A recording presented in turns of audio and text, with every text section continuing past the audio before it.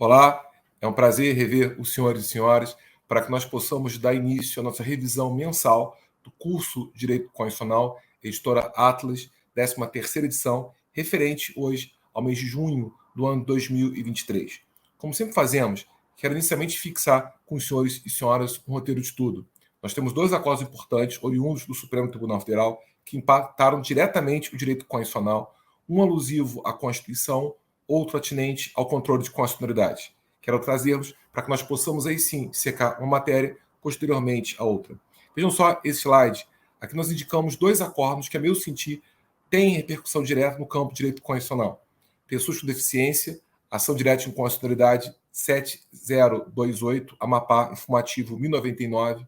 No mesmo informativo do Supremo Tribunal Federal, distribuição de recursos, ação direta de inconstitucionalidade 05069 do DF, também informativo 1099. É interessante porque no mês de junho nós temos dois acordos de alto impacto no direito constitucional, os dois atinentes a ações diretas de inconstitucionalidade. Aliás, nas duas julgadas em relação aos seus méritos, sob os números 5069 e 7028. Sobre a primeira ação direta aqui citada, ação direta de inconstitucionalidade 7028 do Amapá, me refiro à lei do Amapá, número 2151, de 2017, dos artigos 1º caput e parágrafos 4º e 5º, além do artigo 3º.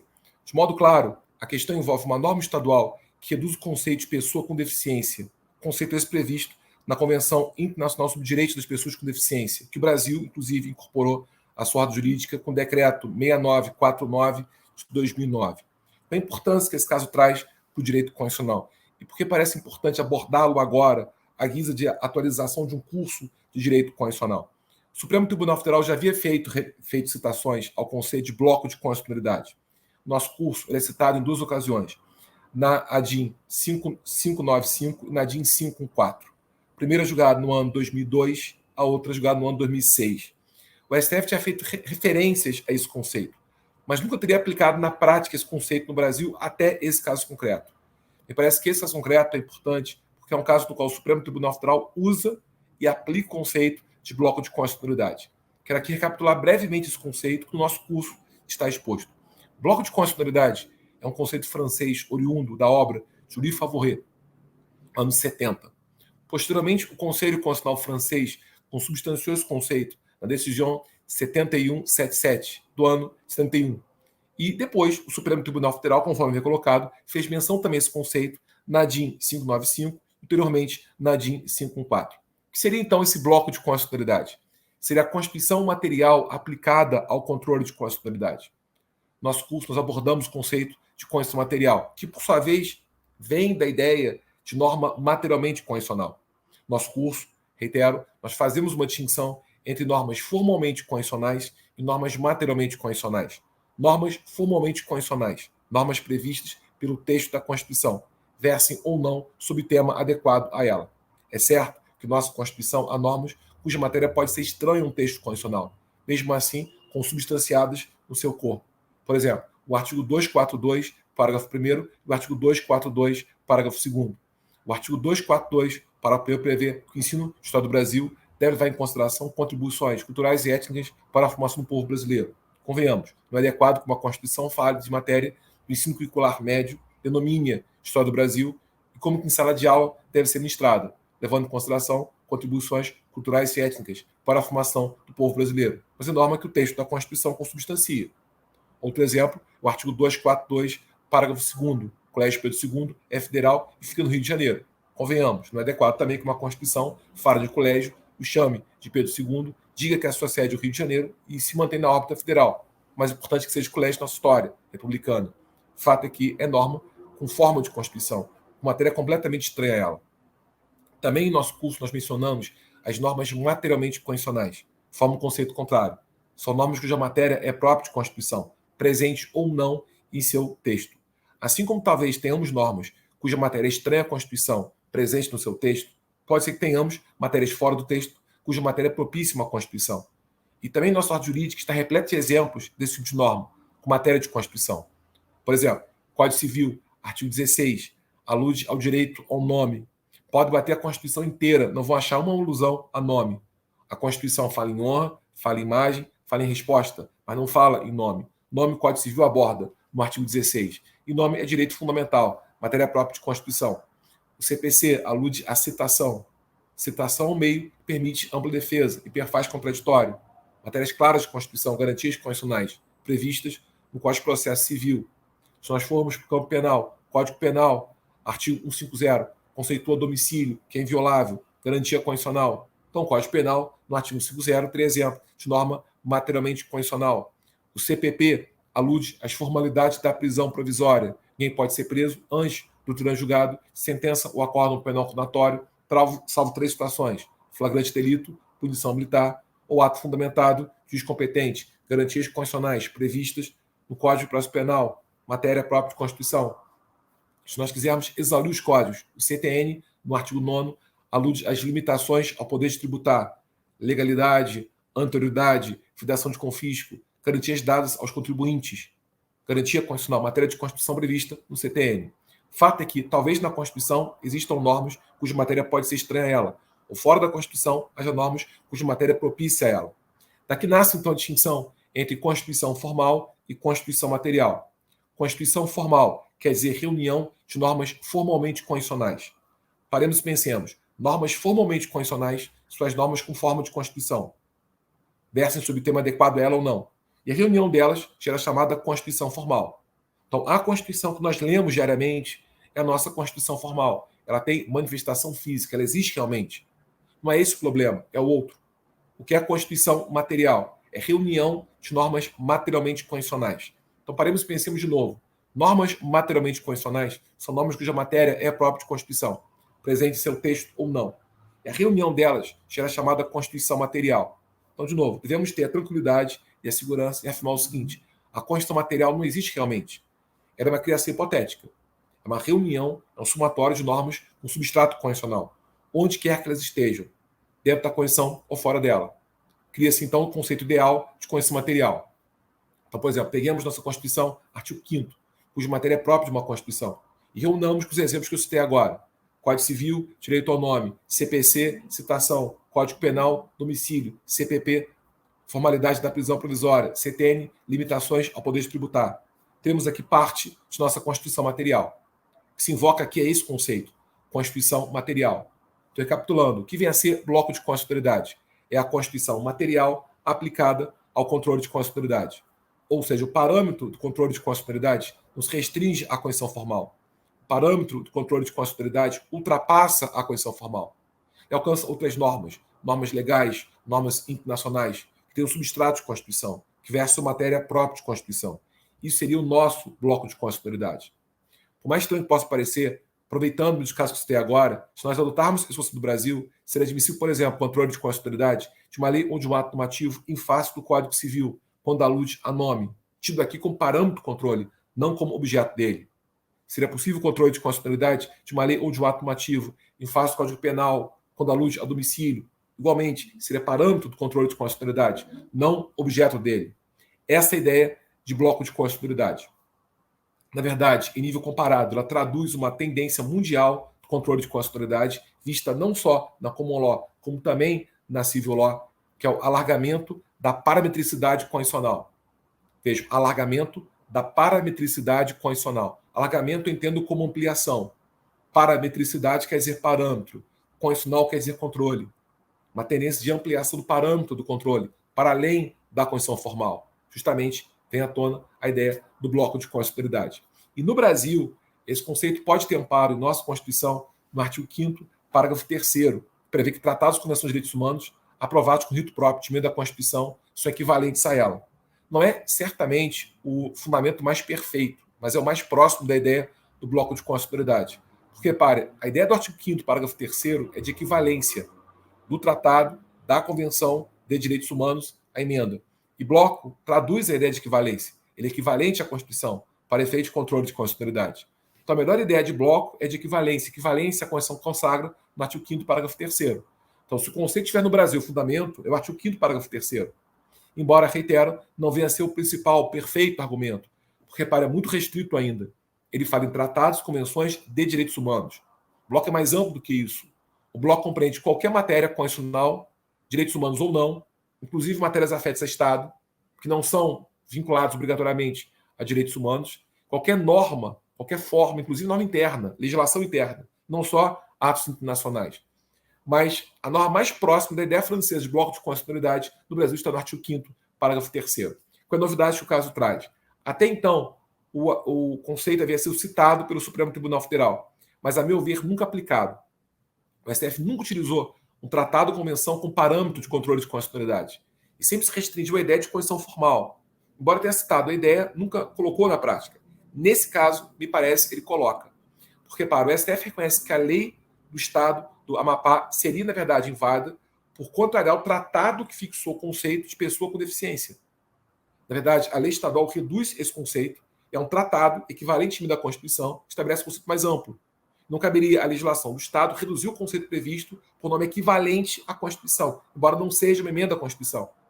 Venha a ser um ato internacional.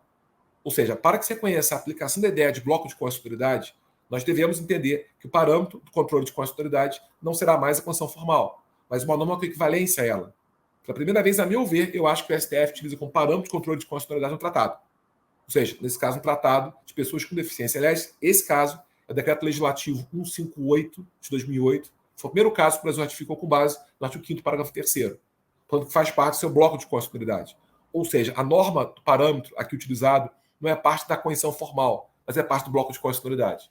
Então, posso afirmar que é um caso importantíssimo que o STF colocou em prática esse conceito. No nosso curso, nós citamos que ele foi mencionado pelo STF nas ADIs 514 e 595 e agora aplicado pelo STF nesse caso concreto. Portanto, parece importante a abordagem desse caso. Outro acordo também citado por nós no nosso slide anterior, e por isso pode ser interessante para que nós possamos afirmar algo acerca dele, tem a ver com recurso e sua distribuição, recursos públicos. Outro caso importantíssimo, me refiro à ação direta de inconstitucionalidade 5069 do DF, informativo 1099. Ele tem a ver com o tema abordado no nosso curso, no capítulo sobre ação direta de inconstitucionalidade. De modo especial, decisão de mérito. De modo mais especial, técnicas de decisão. O que é isso? Sabe-se que em ação direta de inconstitucionalidade, como em relação a qualquer outra ação direta de controle abstrato principal, a decisão, em regra, produz eficácia ex tunc, retroativa. Retroage no tempo declara que a norma nunca terá efeito jurídico válido.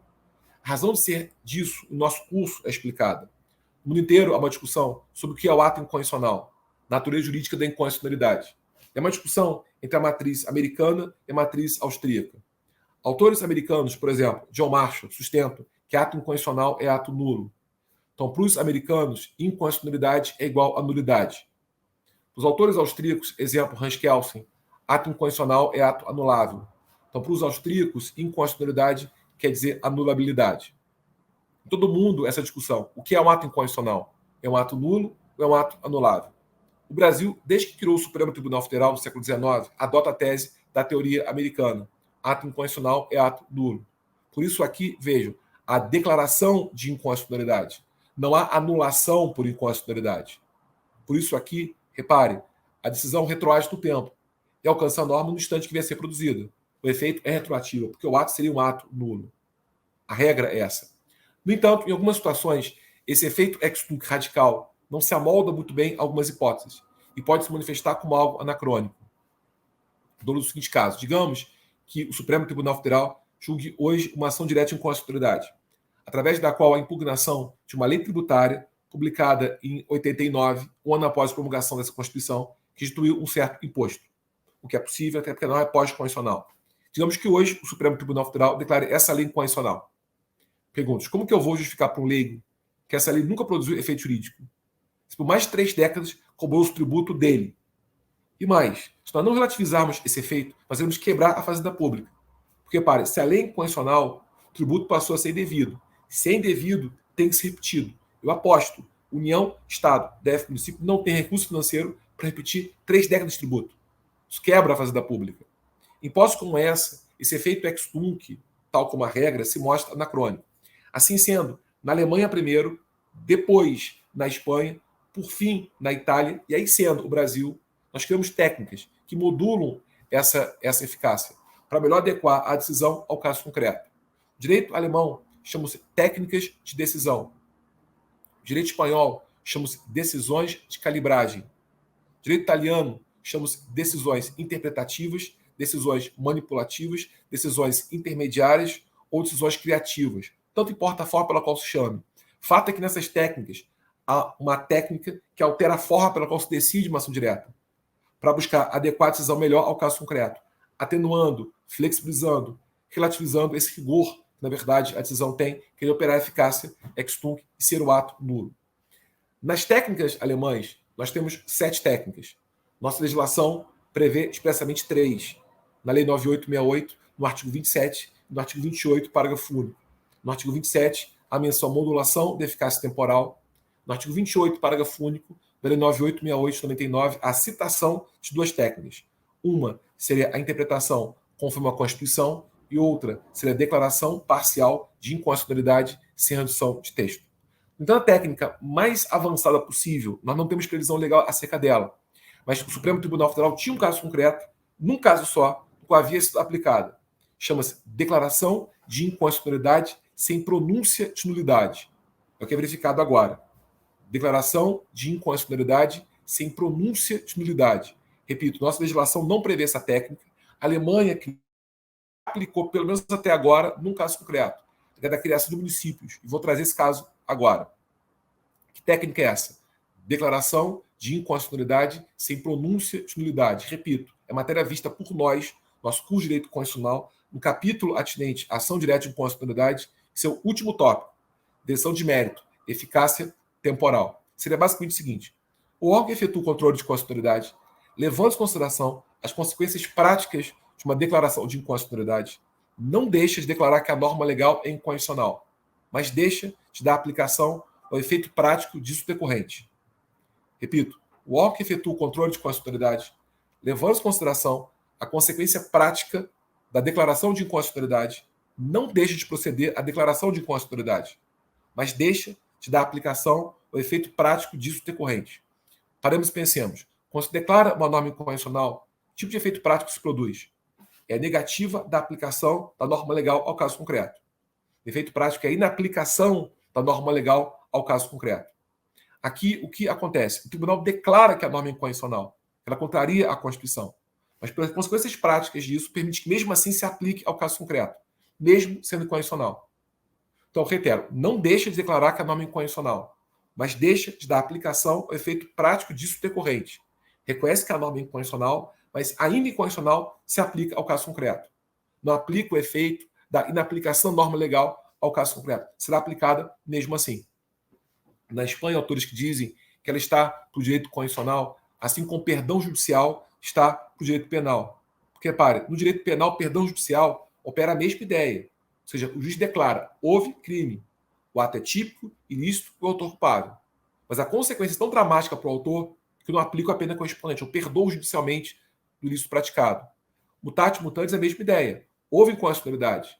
A contraposição entre norma legal e a Constituição. Os efeitos práticos será tão danoso que mesmo assim permite que a norma se aplique ao caso concreto. Isso foi aplicado no Brasil num caso só no passado, ligado a uma lei da Bahia sobre criação de municípios. E aí entra o quão raro esse caso que eu citei agora seria. Pelo seguinte, o caso qual foi? Era uma lei da Bahia que permitia a criação de municípios via emancipação. E o STF entendeu que havia contraposição entre ela e nossa Constituição no artigo 14, no artigo 18, parágrafo 4º. Explico melhor. No artigo 18, parágrafo 4º, se fala de emancipação municipal. Há condições para que haja emancipação municipal, mas uma delas é consulta ao município. Havia uma dúvida se seria feita consulta ao município inteiro ou ao município a ser emancipado. Nesse caso, o STF, com sua tese, que a consulta seria feita ao município todo, ao que seria emancipado e o que restasse dessa emancipação. No entanto, a lei da Bahia estabelecia que seria feita consulta ao município a ser emancipado só, não que restasse dessa eventual emancipação. E já havia um município criado com base nessa lei. A questão foi levantada perante o Supremo Tribunal Federal. Disse então o STF, bom, não posso fixar outra tese, até porque existe efeito vinculante. Isso vincula outros estados ao mesmo entendimento.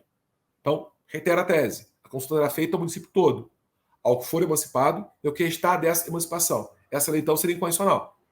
No entanto, ao município criado, se nós pronunciarmos a nulidade, o município será dissolvido.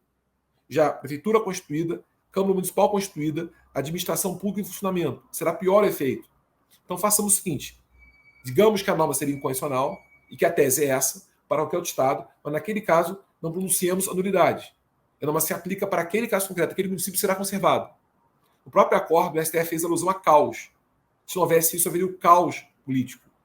Então, reconheceu que a norma é inconstitucional, mesmo assim se aplicou ao caso concreto. Ao fim e ao cabo, essa técnica atende a um princípio chamado proteção da confiança legítima. O que é isso? Proteção da confiança legítima. Todos nós, administrados, temos confiança na validade dos atos do poder público. E essa confiança é legítima. Deve, então, o Estado proteger essa confiança legítima que nós depositamos na validade dos atos do poder público. Isso quer dizer, se houver a possibilidade de se conservar o ato, que se conserve o ato.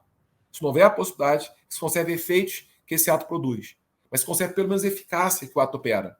Em alguns casos de direito público, pode haver conservação do ato. Por exemplo, digamos que eu faço uma audiência pública. A audiência pública reduzo a uma ata. E na ata eu erro a data. Bom, o vício é sanável, não lesa interesse público, não prejudica terceiros. O que eu posso fazer? Ratifico a ata. Ratifico no restante, retifico na data. E aproveito o ato em si. Repara, nesse caso, assinatória, eu aproveito o próprio ato administrativo. Em outras hipóteses, eu posso aproveitar o efeito que esse ato produz. Por exemplo, aqui. Esse ato é incondicional. Mas eu posso aproveitar o efeito que ele gerou, qual seja, criação de um município novo. Isso aqui é a aplicação do princípio da proteção da confiança legítima. Na verdade, é esse princípio que aqui se protege. Até então, nós tínhamos um caso concreto do STF de aplicação dessa tese. Isso é importante porque agora vai ser o segundo. Esse caso aqui por nós citado. Esse caso envolve a Lei Complementar 62 de 89, artigo 2º, inciso 2º e também inciso 3º, além do parágrafo 2º, redação que lhe deu a Lei Complementar número 143 de 2013. Ela fixa critérios para rateio de recursos do Fundo de Participação dos Estados e dos Municípios. O STF entendeu que a lei seria inconstitucional, mas já havia rateio feito ao longo desse processo.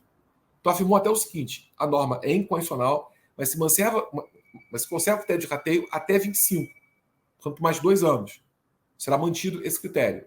Ou em 25 na norma nenhuma, e se entende que esse critério cessa, ou haverá uma outra norma qualquer que fixe outro critério.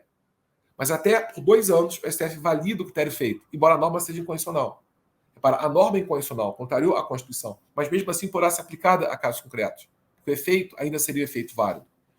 Portanto, é um caso interessante porque o STF volta a aplicar essa técnica. Declaração de inconstitucionalidade sem pronúncia de nulidade. Até então havia um caso, emancipação municipal. Agora passa a haver um outro caso. Esse caso é critério de rateio para recurso do Fundo de Participação dos Estados e Municípios. O STF validou o critério, mesmo inconstitucional, até o ano de 25. 2 possibilidades. Ou, antes disso, surge outra norma com outro critério, que será aplicado, então, de modo imediato, ou não houver norma nenhuma, até 25, mantém esse critério. Portanto, mesmo inconstitucional, se aplica ao caso concreto. Norma inconstitucional, porém aplicável ao caso que não se pronunciou a sua nulidade. Enfim, senhoras e senhores, durante o mês de junho do ano de 23, 2 acordos foram importantes. Impactaram diretamente matéria pertinente ao direito constitucional. Tocante à Constituição, o acordo que alude ao bloco de constitucionalidade, tocante ao controle de constitucionalidade, especificamente ação direta de constitucionalidade, o acordo que aborda declaração de inconstitucionalidade sem pronúncia de nulidade. Voltaremos então no próximo mês, no mês de julho, para que nós possamos dar prosseguimento ao nosso programa de atualização do curso de Direito Constitucional, 13ª edição, para que nós possamos trazer, se for o caso, questões pertinentes à doutrina, questões pertencentes à jurisprudência ou até questões alusivas à legislação brasileira. Muito obrigado, até lá então, forte abraço, valeu.